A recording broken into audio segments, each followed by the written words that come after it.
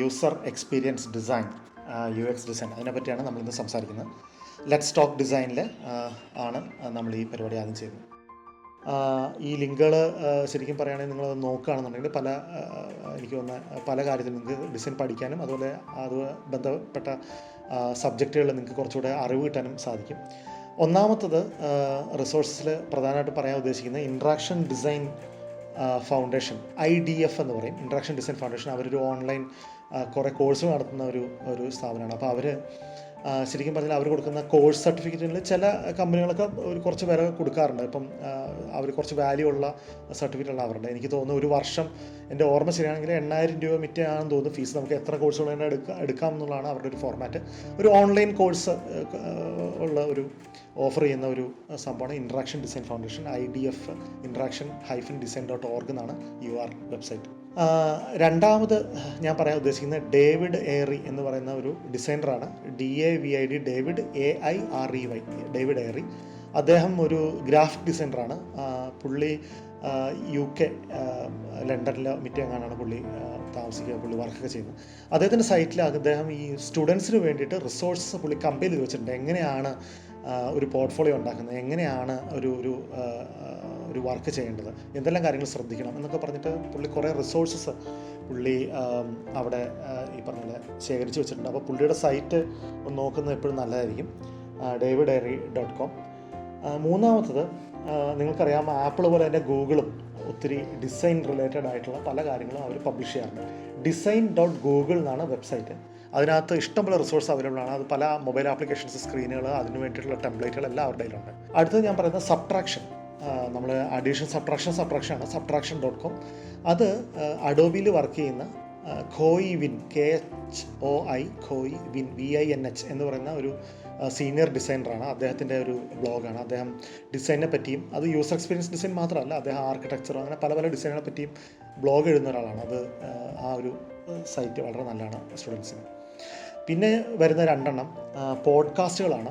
നമ്മൾ റേഡിയോ കേൾക്കുന്ന പോലെ തന്നെ ഇവരുടെ സൈറ്റിൽ പോയാലും നമുക്ക് കേൾക്കാൻ പറ്റും. വീഡിയോ ഇല്ല ഇതിനൊന്നും, ഓഡിയോ പോഡ്കാസ്റ്റുകളാണ്.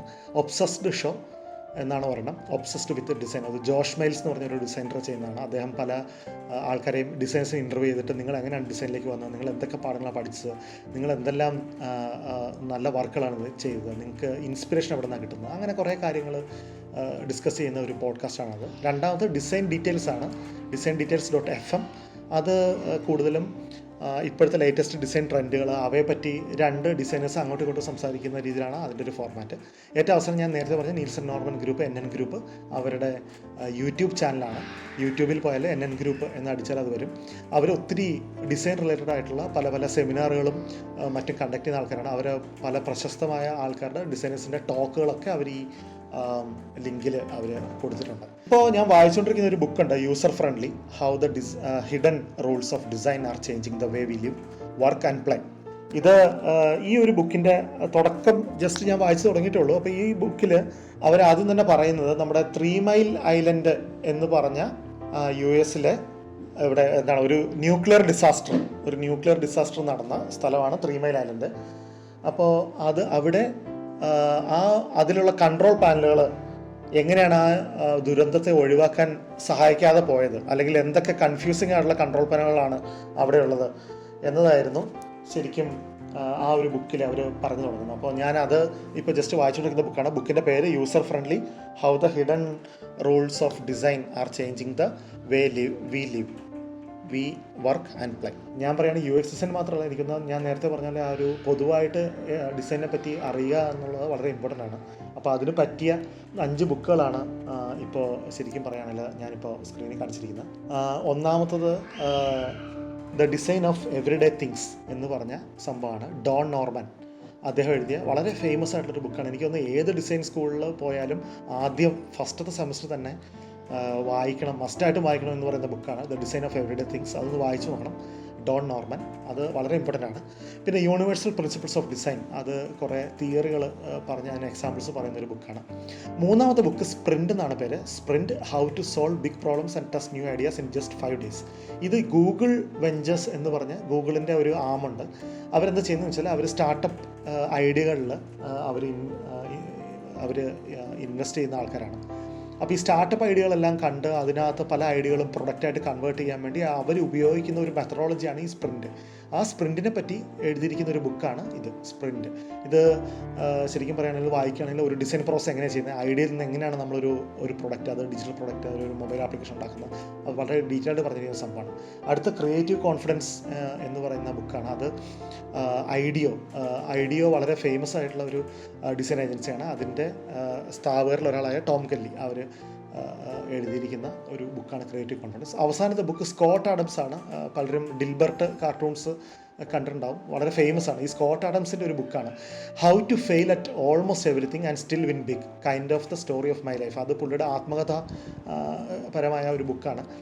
ഇത് യൂസർ എക്സ്പീരിയൻസിന് ഇതുമായിട്ട് എന്താ ബന്ധം എന്ന് ചോദിച്ചു കഴിഞ്ഞാൽ, ഇതിനകത്ത് ആ ഒരു ഡിസൈനർക്ക് വേണ്ടിയുള്ള കുറച്ച് കഴിവുകളെ പറ്റി ഞാൻ പറഞ്ഞല്ലോ. അപ്പോൾ അതിനെപ്പറ്റി പറയുന്ന ഒരു ബുക്കാണ് ഈ സ്കോട്ട് ആഡംസിൻ്റെ ഈ ബുക്ക്. ഇപ്പോൾ ഈ 5 ബുക്കുകളിൽ നിങ്ങൾ പ്രധാനപ്പെട്ട 2 ബുക്ക് എൻ്റെ അടുത്ത് സെലക്ട് ചെയ്യാൻ പറയുകയാണെങ്കിൽ ഞാൻ ഡിസൈൻ ഓഫ് എവറിഡേ തിങ്സ് പറയും. അതുപോലെ തന്നെ ഈ അവസാനത്തെ ഇപ്പോൾ പറഞ്ഞ സ്കോട്ട് ആഡംസിൻ്റെ book how to fail at almost everything and still win big. ഈ 2 ബുക്കുകളാണ് ഞാൻ പറയാം. പക്ഷേ ബാക്കിയുള്ള ബുക്കും ഡെഫിനറ്റ്ലി നിങ്ങൾ വായിക്കണം. ഓക്കെ, സോ നമ്മൾ ഇതിൻ്റെ അവസാനത്തേക്ക് കിടക്കണം. അപ്പോൾ ഇത്രയേ ഉള്ളൂ. നിങ്ങൾ ഈ ഒരു സമയം ചിലവഴിച്ച് വളരെ നന്ദി. ഞാനോട്ട് കണക്ട് ചെയ്യാനായിട്ട് കുറച്ച് മെത്തേഡുണ്ട്. ഇപ്പോൾ ലിങ്ക്ഡിനിൽ പോയിട്ട് ANASKA എന്ന് സെർച്ച് ചെയ്താൽ എന്നെ കിട്ടും. അപ്പോൾ അതിൽ ഒരു കണക്ഷൻ റിക്വസ്റ്റ് ഇടുക.